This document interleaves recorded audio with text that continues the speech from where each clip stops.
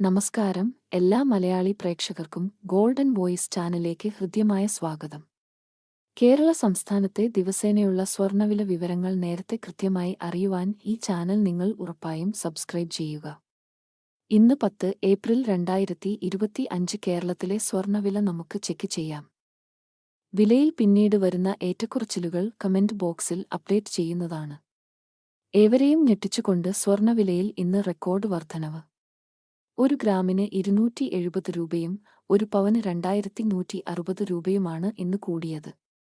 കേരളത്തിലെ 22 ക്യാരറ്റ് സ്വർണ്ണവില ഒരു ഗ്രാമിന് 8560 രൂപയും ഒരു പവന് 68,480 രൂപയുമാണ്.